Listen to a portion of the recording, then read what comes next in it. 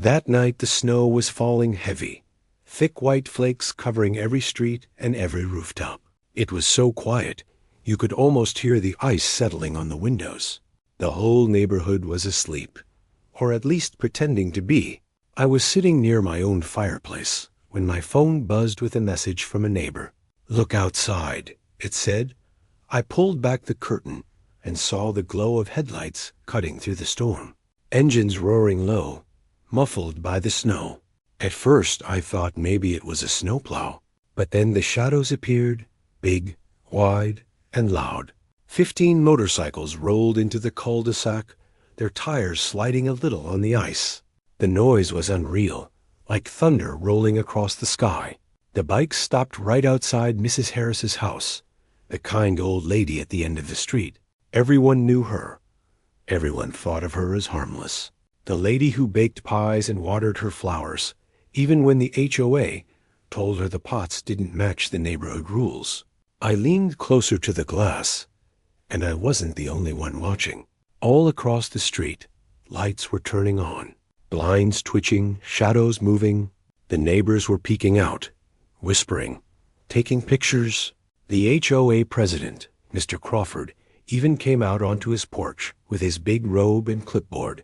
He squinted through the snow like he couldn't believe what he was seeing. 15 bikers, tattoos on their arms, leather jackets, heavy boots stomping against the frozen ground. And then, the craziest part, the old lady opened her door. The wind almost knocked her back, but she held her ground, and she waved them inside. Not a moment of fear on her face, not a single hesitation. The neighbors gasped. You could feel the shock moving through the street like an invisible wave. Everyone expected her to slam the door, to call the cops, to run. But instead, she let them in, one by one. These rough bikers ducked through her doorway, shaking snow from their jackets, stamping their boots, until the last one disappeared inside, the house glowing warm against the dark storm. I stood frozen, my breath fogging the glass, and I swear to you, in that moment, I had no idea what was happening. Was she in danger? Was she helping them? Was this kindness or madness? Minutes passed, the storm howled louder, but the door stayed shut. The bikers were inside. The neighborhood outside was buzzing with fear. Phones ringing, people whispering.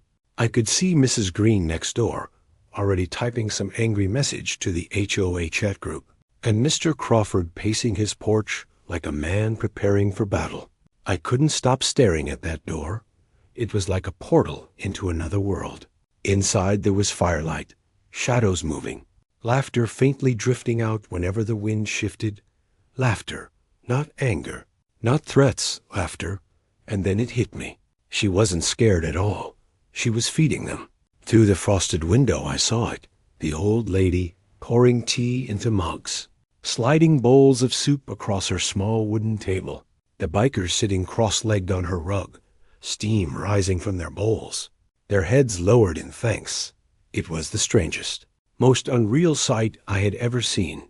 But outside, the storm inside the neighborhood was only growing. Cars creeping slowly past the cul-de-sac just to get a look. Neighbors snapping pictures, posting on social media.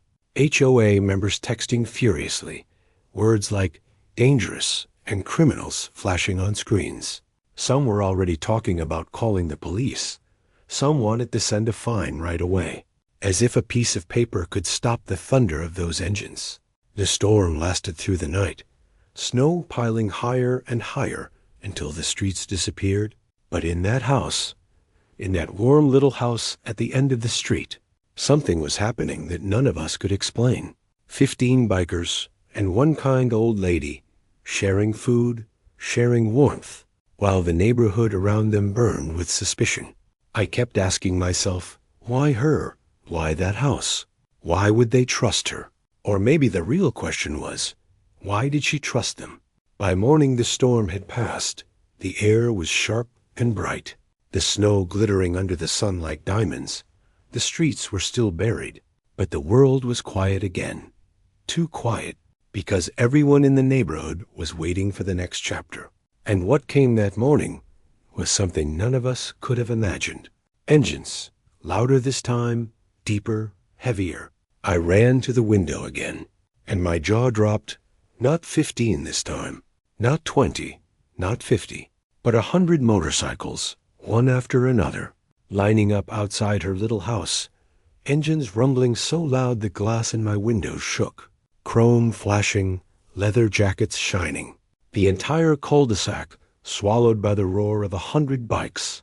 Neighbors poured onto their porches, mouths open, eyes wide, phones recording, kids hiding behind their parents. And there she was, the old lady, standing on her porch in her winter coat, calm as ever, watching the army gather at her door. In that moment, it didn't feel like a neighborhood anymore. It felt like a battlefield, and she was the general, not with weapons, not with threats, but with kindness. And now, kindness had an army of its own. I stood there, my heart racing, asking myself one question I still can't answer. Was this the beginning of her protection? Or the beginning of her war? The engines were shaking the ground. It felt like thunder crawling under my feet. The glass in my window rattled. The snow on the roof sliding down in small avalanches. 100 motorcycles, lined up so tight the cul-de-sac looked like a parking lot for an army. I could barely process it. Yesterday she had opened her door to 15 strangers. Today she had an army at her doorstep, all of them staring at her house like soldiers waiting for orders. And the strangest part, she didn't flinch, she didn't hide. She stood tall in her winter coat, her hands folded in front of her, her chin lifted like a queen. Neighbors were losing their minds. Phones were up in the air recording, live streaming, sending videos across town. I could hear voices around me, panic, fear, excitement. Mrs. Green whispering to her husband, "Call the cops right now. Before something happens, Mr. Crawford." The HOA president, already storming toward his car, his clipboard tucked under his arm like it was a weapon, his face red, his eyes burning with the fury of a man who thought he was losing control of his kingdom. But nobody else was in control. The sound of those engines drowned out every word. The smell of fuel and leather filled the street, and in the middle of it all stood one old woman, calm as if she'd been waiting for this her entire life. I couldn't stop watching. The bikers didn't move. They didn't speak. They just waited. And then one of them stepped forward, tall, broad, covered in tattoos, his beard frozen with snow. He climbed the steps to her porch slowly, deliberately. And when he reached her, he didn't threaten her. He didn't push past her. He bowed his head, like a knight kneeling to his queen. The neighborhood gasped. I felt my breath catch in my throat. She put her hand on his shoulder, spoke a few quiet words I couldn't hear, and then the entire army of bikers shut off their engines. The roar faded into silence, so fast, so sudden, it was like the air had been sucked out of the world. You could hear the snow dripping from the rooftops, the creak of branches in the cold wind, and then laughter, that same strange laughter from the night before. Not cruel, not mocking, but warm, like friends reunited, like family gathering after too long apart. The bikers dismounted, one by one, and began filing toward her porch, taking off helmets, shaking snow from their jackets, their heavy boots crunching in the snow. They looked rough, dangerous, out of place. But the way they carried themselves, it wasn't an invasion. It was respect. It was loyalty. My hands were shaking on the windowsill. I couldn't wrap my mind around it. How could one old lady command that kind of power? What history did she have with them? What secret had she kept all these years, while we all thought she was just a harmless neighbor baking cookies? The HOA president couldn't take it anymore. He stomped through the snow toward the porch, shouting, waving his clipboard like a weapon. This is private property. You can't have this many vehicles here. This is against the HOA bylaws. His voice cracked, his breath steaming in the air. The bikers turned, slowly, their eyes following him as he marched. And for the first time in his life, Mr. Crawford realized his clipboard meant nothing. He froze mid-step, swallowed hard, because 100 eyes stared back at him, unblinking, unamused, predators watching prey. I thought that was it. I thought the bikers would swarm him, shut him up for good. But before anyone could move, the old lady raised her hand, and just like that, everyone stopped, even Crawford. She looked at him, not angry, not afraid, just disappointed, like a grandmother scolding a stubborn child. Her voice carried through the cold air, clear as a bell. "Go home, Howard. This is not your fight." And unbelievably, he did. He turned on his heel, face pale, sweat freezing on his forehead, and stormed back to his house, slamming the door so hard the whole block shook. The bikers didn't laugh. They didn't cheer. They just turned back to her, waiting, and she led them inside, one after another, filling her house with the sound of heavy boots and deep voices. The neighborhood was buzzing like a hornet's nest, people rushing onto calls with police, others arguing in the HOA group chat, some saying she was in danger, some saying she was dangerous. But me, I stood there staring at her glowing windows, and I felt something I couldn't explain. Not fear, not anger, but awe. I couldn't help but ask myself, what kind of woman can bring an army of outlaws to her doorstep and make them bow? The strangest thing was how quiet it became. Her house, filled with 100 bikers, should have been shaking with noise, but the walls only hummed with low voices, muffled laughter, the clink of mugs and plates. It was the sound of a family dinner, not a gang invasion. I couldn't take it anymore. I pulled on my coat, shoved my hands into my pockets, and walked across the street. My boots crunched against the snow, each step heavier than the last. The closer I got, the more my nerves screamed, but curiosity dragged me forward like a chain. When I reached her walkway, I stopped. 2 bikers stood at the door, their jackets patched with skulls and flames, their arms folded across their chests. They didn't move. They didn't speak. They just looked at me. And in that silence, I felt the weight of judgment, like they were measuring my soul, deciding if I belonged. Before I could stammer out a word, the door opened. And there she was, the old lady, smiling at me like I'd just come to borrow sugar. "Come in, dear. It's too cold for you to be out here." I should have said no. I should have backed away, but something about her voice pulled me in. Warmth spilled out of the doorway, mixed with the smell of stew, leather, and gasoline. I stepped inside, and the door closed behind me. The living room was packed wall to wall with bikers, helmets on tables, jackets draped over chairs, steam rising from bowls of soup she had somehow prepared for all of them.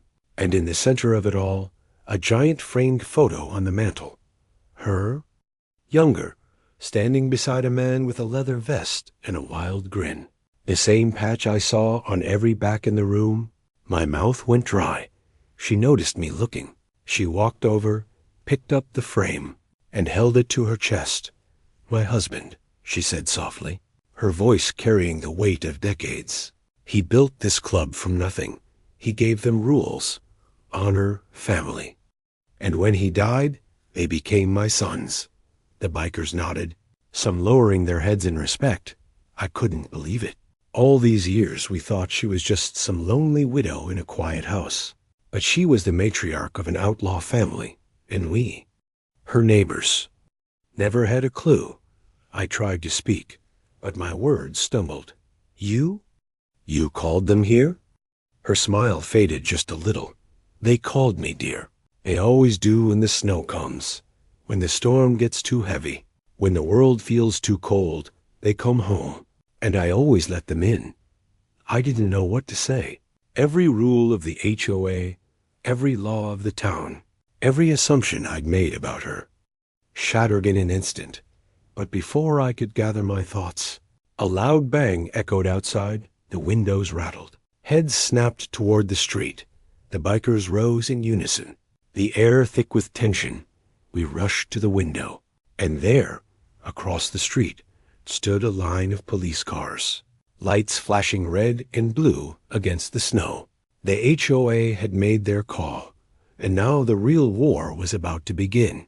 The old lady didn't flinch.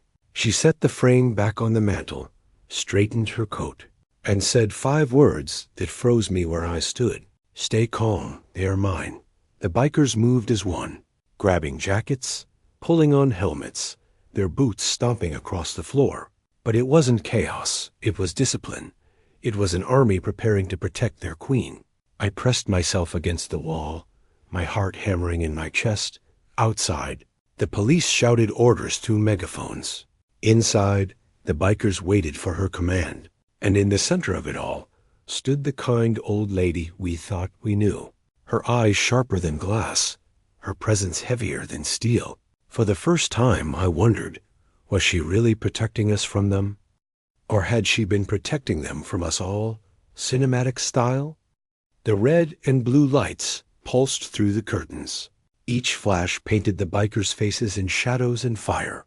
Their jaws were tight, their fists clenched, their bodies ready for war. But no one moved without her command.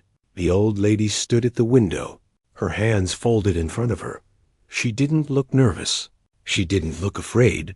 She looked in control, like the storm outside was hers to command.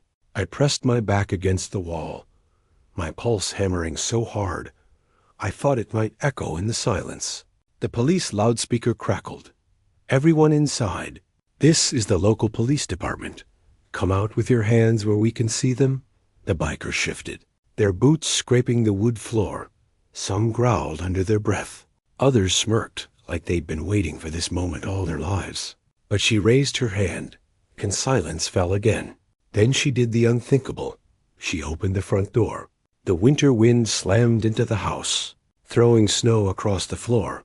She stepped out, alone, her figure small against the storm, her white hair glowing in the patrol lights, and yet, somehow, she looked larger than life.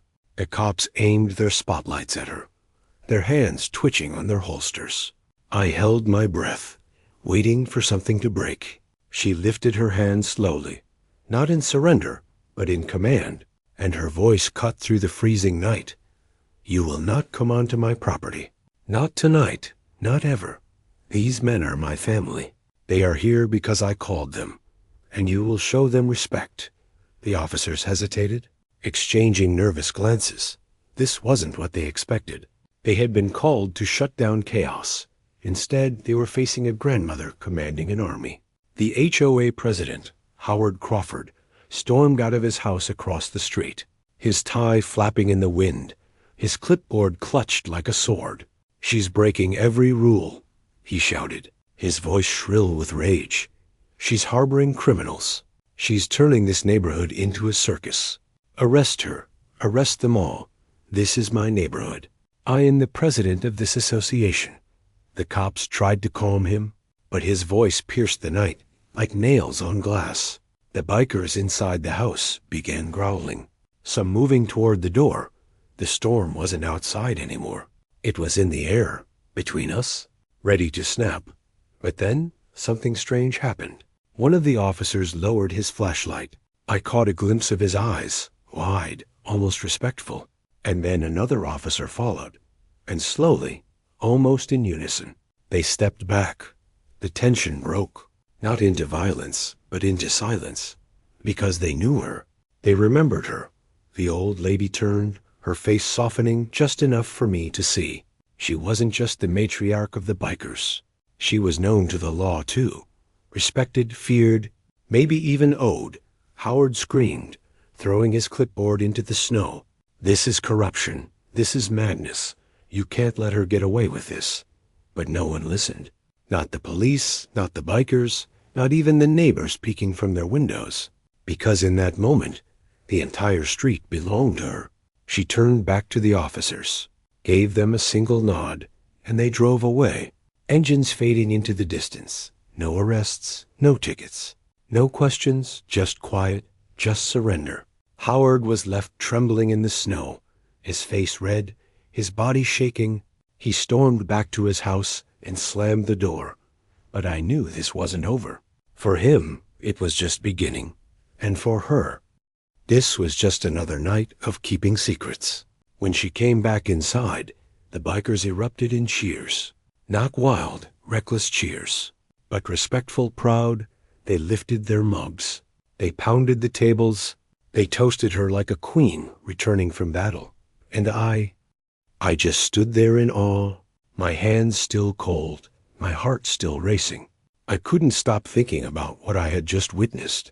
One old lady, standing alone, facing police, HOA, and neighbors, and walking back inside without a scratch, because respect doesn't come from fear. It comes from history, from power, from something far deeper.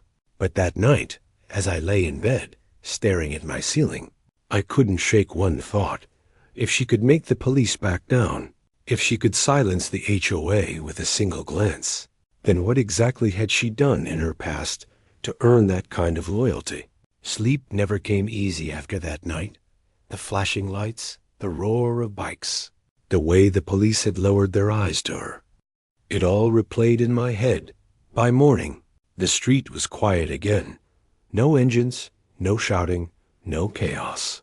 The only sign of what happened were the deep tire tracks carved into the snow, and the whispers floating from every porch. The neighbors were restless. Howard Crawford was furious. His HOA group chat blew up with messages before sunrise, complaints about noise, about dangerous elements, about how our neighborhood was falling apart under criminal influence. And at the center of it all, her. But while the rest of us paced with worry, she moved through the morning like it was just another day. She shoveled her walkway, fed the birds, waved politely to the mailman, as if 100 bikers hadn't turned her house into a fortress the night before. I couldn't take it. I needed answers.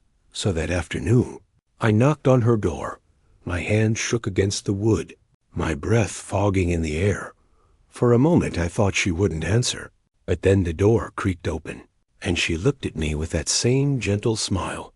"Come in, dear. I was expecting you." Her words froze me, expecting me, as if she knew my questions before I even asked them. I stepped inside, and once again, the warmth of her home wrapped around me. The smell of tea, the crackle of the fireplace, and silence. The bikers were gone, not a trace of them left, like they had vanished with the snow. I sat at her table, and she poured me tea, her hands steady, her eyes calm, and then she told me a story. Not in full detail, not everything, but enough to shake the ground beneath my feet. Her husband, she explained, was not just a man with a bike. He was a leader, a builder. A man who created something that gave broken souls a family. They were boys with no fathers, men with no homes. He gave them purpose, rules, brotherhood, and when he died, they turned to me. I asked her why. Why would outlaws, men who feared no one, bend their heads to a woman? She leaned closer, her voice lowering to a whisper. Because I kept them alive, because I carried the weight he left behind, and because I know their secrets. Every last one of them owes me their loyalty, their respect, and their silence. Her words sent a chill down my spine, not because of what she said, but how she said it. Calm, casual, as if she was describing how to bake a pie. Before I could press her further, the sound of a car door slamming outside jolted us both. I turned to the window. Howard Crawford was marching across her yard, not with a clipboard this time, but with 2 men in suits trailing behind him. Lawyers, HOA reinforcements, and from the look on his face, he was ready for war. She didn't flinch. She rose from her chair, smoothed her skirt, and opened the door before Howard could even knock. "Howard," she said calmly. What a surprise. But his face was twisted with rage. "This is over. You can't keep bringing criminals into this neighborhood. I've filed for emergency action with the county. We'll shut this house down. We'll seize your property. I will not let you turn this place into a gang den." The lawyers behind him nodded, their briefcases heavy with paper and threats. For the first time, I thought I saw her falter, but then she laughed, a soft, warm laugh that made Howard's face burn red. She looked at him the way a chess master looks at a pawn. and she said something that made my blood run cold. "Oh, Howard, you should have left well enough alone, because now I'm going to show you exactly what real power looks like." The bikers were gone. The police had retreated, but in that quiet kitchen, I suddenly understood. The most dangerous weapon she had wasn't her sons. It wasn't her past. It wasn't even her secrets. It was her mind. Sharp, patient, unshakable. Howard thought he was bringing the law to her doorstep, but I realized in that moment she was about to bring something far bigger to his. Howard stood stiff on her porch, his lawyers flanking him like soldiers waiting for orders.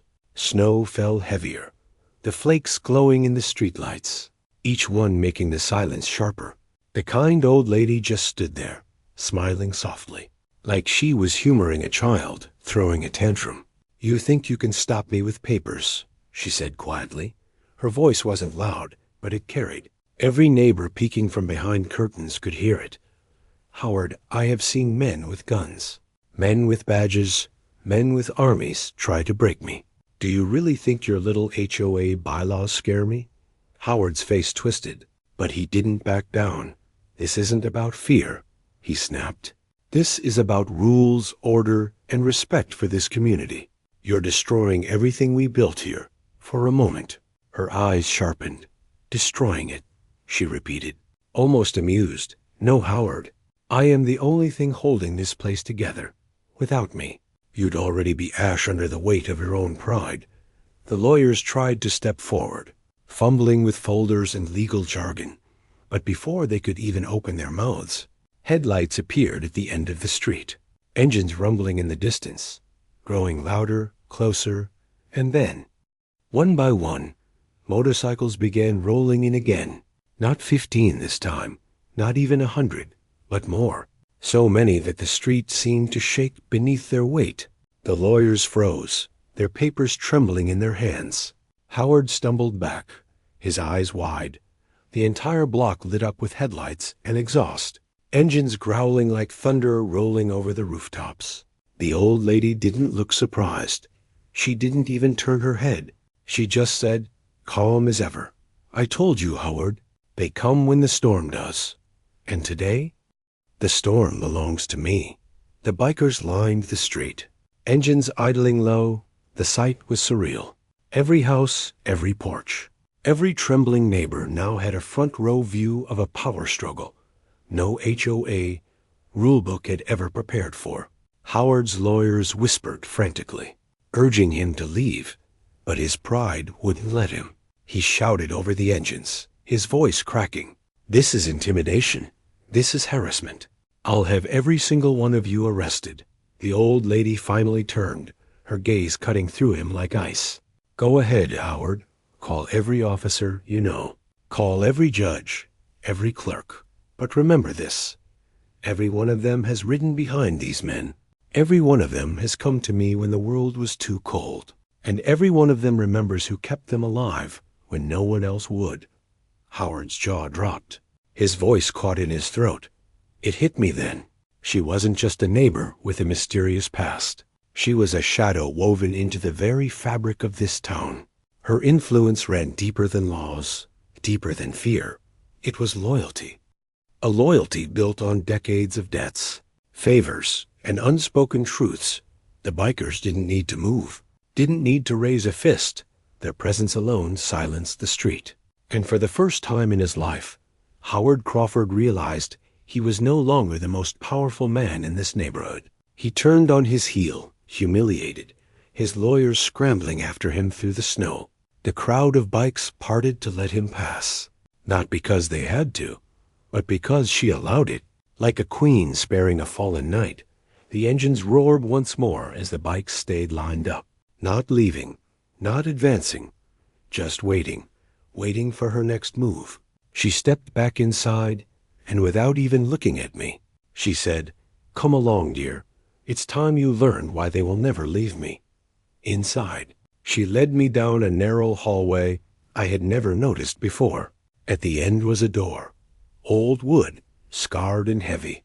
She unlocked it with a small brass key she wore around her neck. The door creaked open, and behind it, was not what I expected. The room was lined with boxes, files, and ledgers stacked floor to ceiling. Photographs, letters, names scribbled in old handwriting. Every box marked with symbols, numbers, and patches. "This," she whispered, "is why they obey. Every debt, every crime, every oath they ever made. I kept it here, and they know, as long as I live, no one can ever use it against them.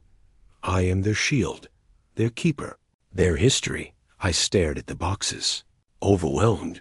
It wasn't just loyalty, it was leverage. She didn't just protect them, she held their lives in her hands, and they would give everything to protect her in return. For the first time, I wasn't sure if I admired her or feared her. Above us, the engines growled like watchful guardians. Outside, Howard's porch light flicked on and off. I knew this wasn't the end. Howard wasn't the type to surrender. But I also knew one thing for certain. He was fighting a battle he couldn't possibly win. And I couldn't stop asking myself, if she could control an army of outlaws with secrets and loyalty, what else was she hiding beneath that kind smile? The night after Howard stormed off, the neighborhood felt like it was holding its breath.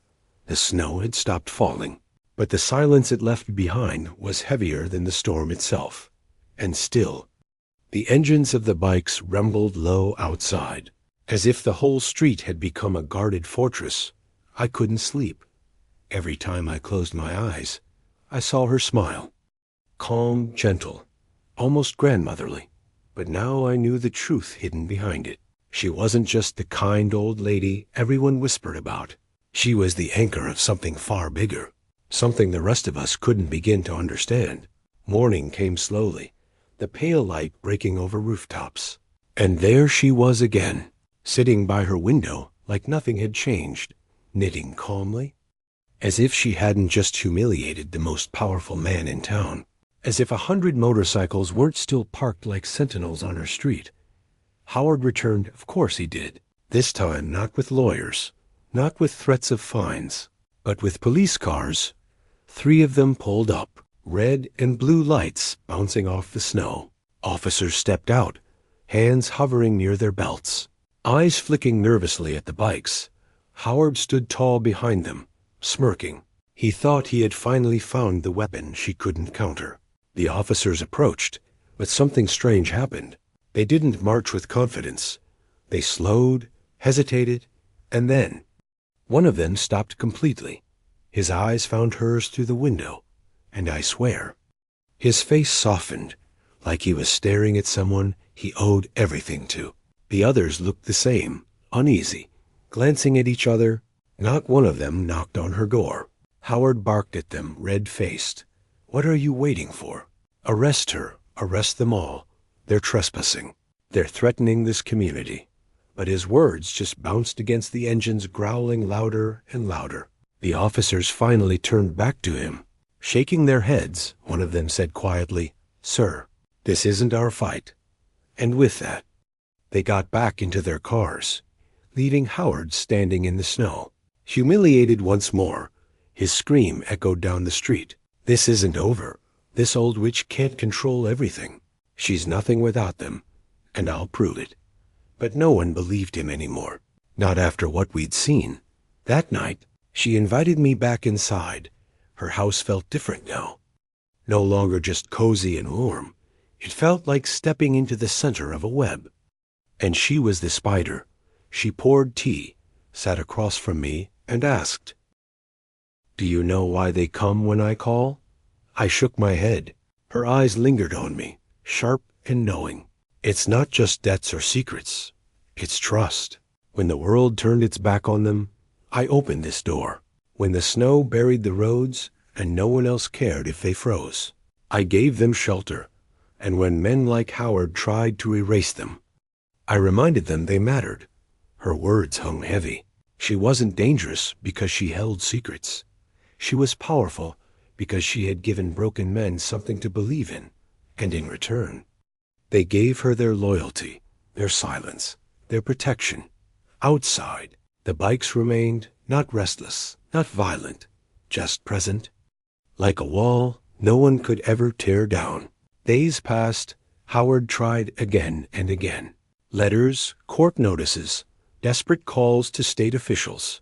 But every door slammed in his face, and every attempt to strike at her was swallowed whole by the storm of loyalty she commanded. One morning, I walked past his house and saw the "For Sale" sign hammered into his lawn. The proudest, most controlling man in the neighborhood was leaving in shame, defeated not by fists, not by violence, but by a woman everyone thought was just a kind, harmless neighbor. The night he moved out, the bikes roared in unison, not to threaten, not to gloat, but almost like a farewell song. And from her porch, she lifted her hand in the gentlest wave. It wasn't victory she carried in her smile. It was something deeper, something older, like she'd seen this pattern play out 100 times before. When the engines finally quieted and the night returned to silence, I asked her the question burning inside me. Why me? Why did you let me see all this? Her knitting needles clicked together softly. Her eyes never left the thread in her hands as she said, "Because one day, child, this will be yours to carry, and when it is, you must decide, will you keep them close as I have? Or will you let the storm tear everything apart?" Her words left me trembling. Was she grooming me to inherit her secrets, her ledgers, her empire of loyalty? Or was she warning me of something darker? I still don't know. But I do know this. Since that night, no one in our neighborhood dares to cross her. Not because of fear, but because deep down, we all know we are safer with her on our side than against her. And I can't help but wonder, if the storm comes again and the bikes line up once more, will I be standing beside her? Or will I be the one they come for?